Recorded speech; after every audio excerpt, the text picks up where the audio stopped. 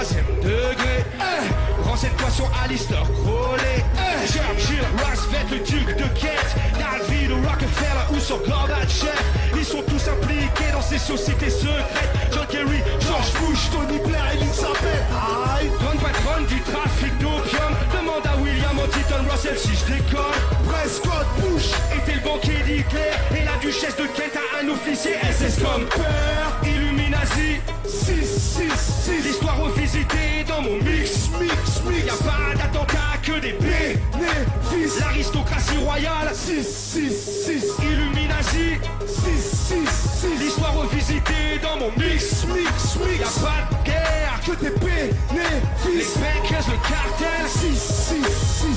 Sculling Boots pratique des rites sataniques. Vénère, Jaboulon, le nom de diable pour les juifs. Magog et le nom de George Bush dans leur rite. C'est le nom d'armée de Satan.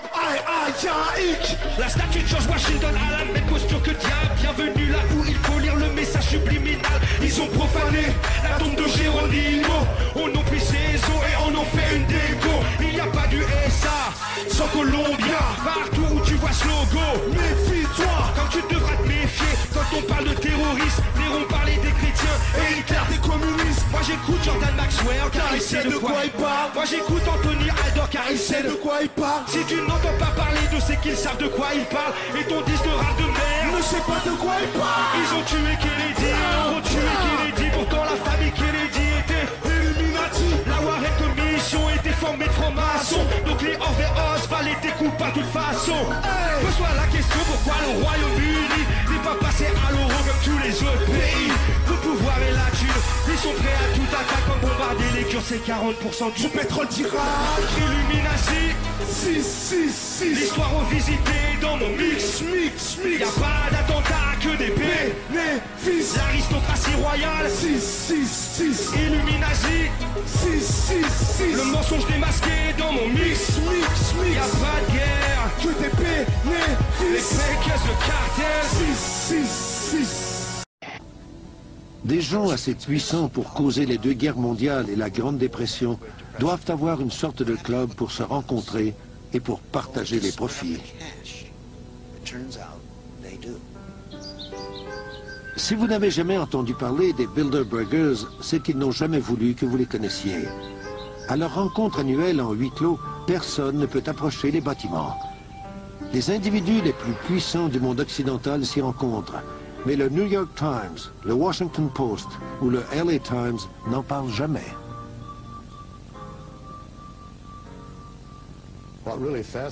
Ce blackout de la presse américaine me fascine. Depuis plus de 20 ans, je vais au Press Club chaque jour. Je regarde les dépêches, les archives, et je discute avec mes collègues à qui j'ai souvent posé les mêmes questions. Pourquoi lorsque 120 vedettes de cinéma ou 120 joueurs de football se rencontrent en secret dans un lieu retiré pendant 3 jours, faites-vous des pieds et des mains pour découvrir ce qui se passe?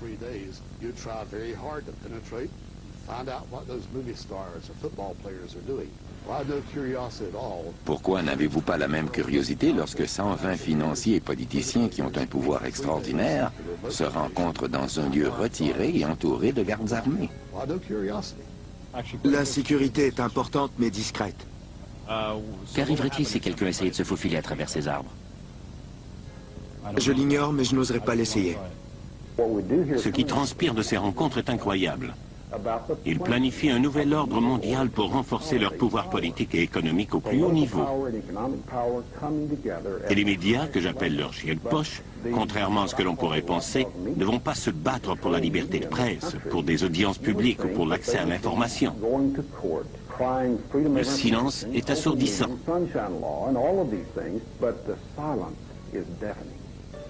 Lors de la dernière rencontre du groupe Bilderberg, on comptait parmi les invités le conseiller du président George Stephanopoulos, le sénateur Sam Nunn, David Rockefeller, l'ancien sénateur Lloyd Bentsen et Henry Kissinger.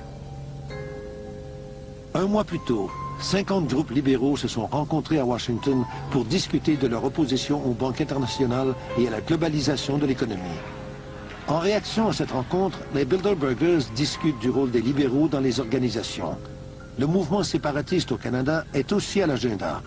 Ils analysent comment les provinces fragmentées de ce pays pourraient être absorbées par les États-Unis. Il discute également de l'expansion de l'ALENA, de l'Alaska jusqu'au Chili, pour augmenter les profits des entreprises en encourageant les compagnies américaines à déménager en Amérique latine, où la main-d'œuvre est moins coûteuse et les lois environnementales moins sévères. Le groupe Bilderberg, le Conseil des relations étrangères et la Réserve fédérale semblent tirer les ficelles de nos vies comme des marionnettistes au sommet de leur art. Les membres de cette élite ont été les principaux partisans du libre-échange, parce que ce sont eux qui contrôlent les plus importantes multinationales. Ce sont ces gens qui veulent fabriquer des téléviseurs à Mexico et qui vont appauvrir les pays du tiers-monde en traitant les travailleurs comme des esclaves pour tirer un plus grand profit de la vente de ces produits aux États-Unis. Les principaux médias de ce pays nous racontent que ces liens avec l'élite internationale ne sont que temporaires et que tout cela est bon pour l'Amérique. Mais rien de tout cela n'est bon pour nous. Regardez les gens qui perdent leurs emplois, les familles qui souffrent. Les coupables sont les groupes comme le Bilderberg, la Commission trilatérale et la Réserve fédérale. Ce sont les membres de cette élite qui en tirent profit, pas les citoyens américains. Ces familles occupent le milieu bancaire depuis 500 ans. Elles ont fait la traite des esclaves, le trafic de l'opium. Ces personnes ne sont pas intéressées par un bénéfice de 5% par année. Elles veulent 1000%. Et pour arriver à de telles sommes, il faut tremper dans l'or, les esclaves et la drogue. C'est là que se trouve l'argent.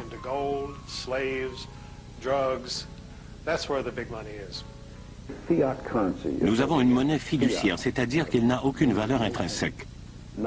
En d'autres mots, elle n'est garantie que par la confiance dans le crédit de celui qui imprime la monnaie. Si c'est une banque qui crée la monnaie, alors votre confiance est placée dans leur habileté à garder la valeur de cette monnaie à un niveau acceptable par tous.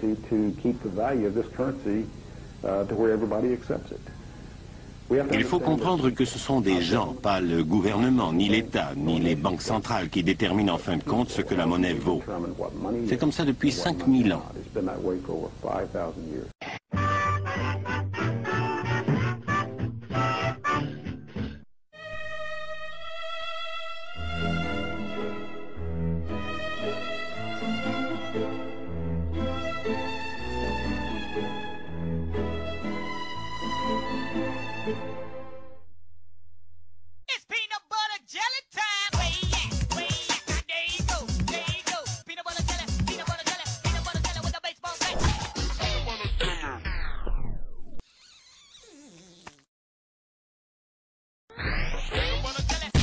RFID, c'est en anglais, c'est Radio Frequency Identification, donc identification par radiofréquence. Un tag RFID est constitué de deux éléments, une puce et une antenne. Ces deux éléments vont être connectés ensemble et c'est ce qu'on va appeler l'étiquette électronique ou le tag RFID. À partir de là, on va avoir un système émetteur ou récepteur qui va s'appeler la station de lecture, qui va permettre de communiquer avec cette étiquette et on aura à ce moment-là un transfert d'informations qui va se faire entre l'étiquette RFID et la station de lecture. Les informations qui sont dans la puce sont un petit peu celles que va vouloir l'utilisateur ou le client final. On va vraiment rentrer les informations qui seront propres au produit et qui vont pouvoir éventuellement dans le temps évoluer, donc ce sera vraiment le passeport du produit.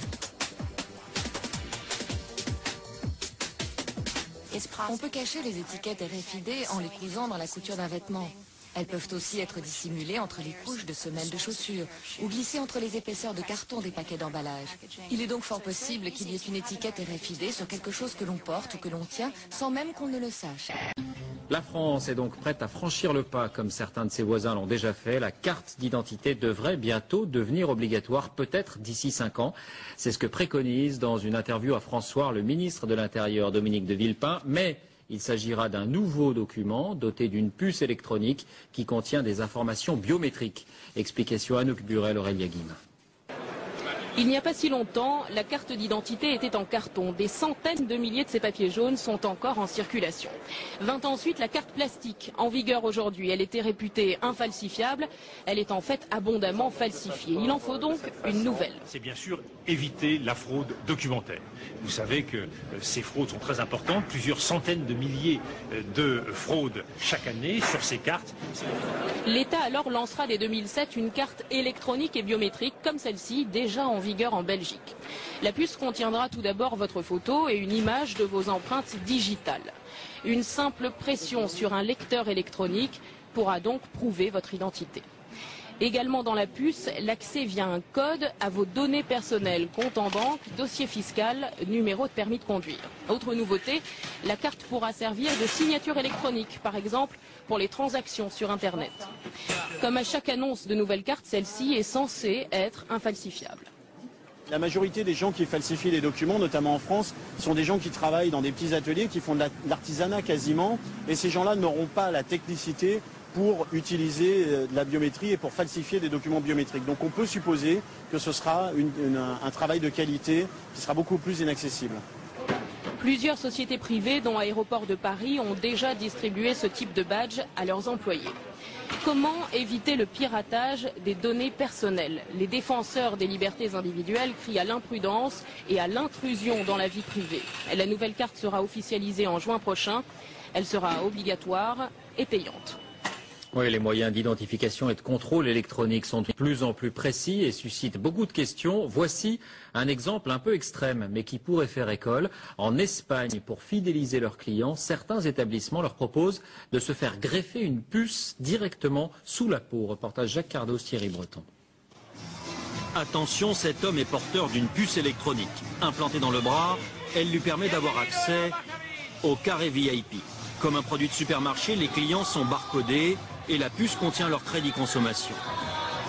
Ainsi, dans cette boîte de Barcelone, il y a ceux un peu vieux jeux qui dansent encore avec un porte-monnaie et ceux qui n'en ont plus besoin.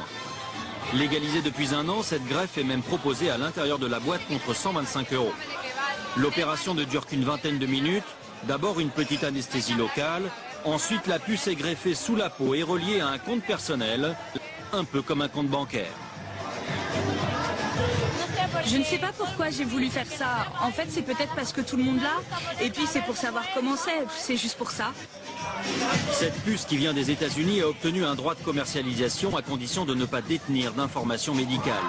Facile à implanter, n'importe qui peut donc s'improviser infirmière de boîte de nuit. C'est plus facile que de faire un piercing.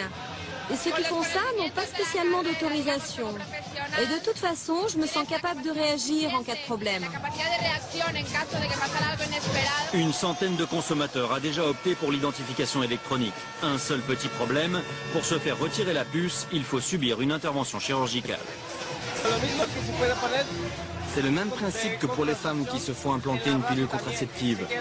Au bout d'un an ou deux, il faut bien l'enlever pour en faire poser une autre.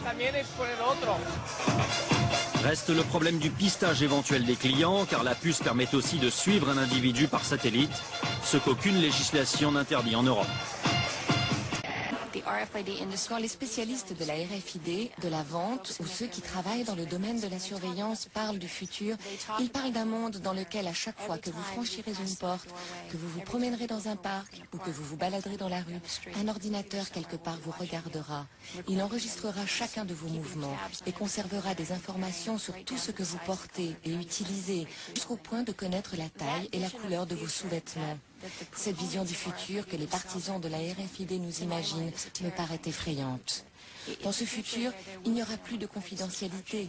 Nos enfants grandiront sans même savoir ce qu'était l'intimité. Malheureusement, quand vous autorisez ce type de surveillance, alors ceux qui collectent l'information ont le pouvoir.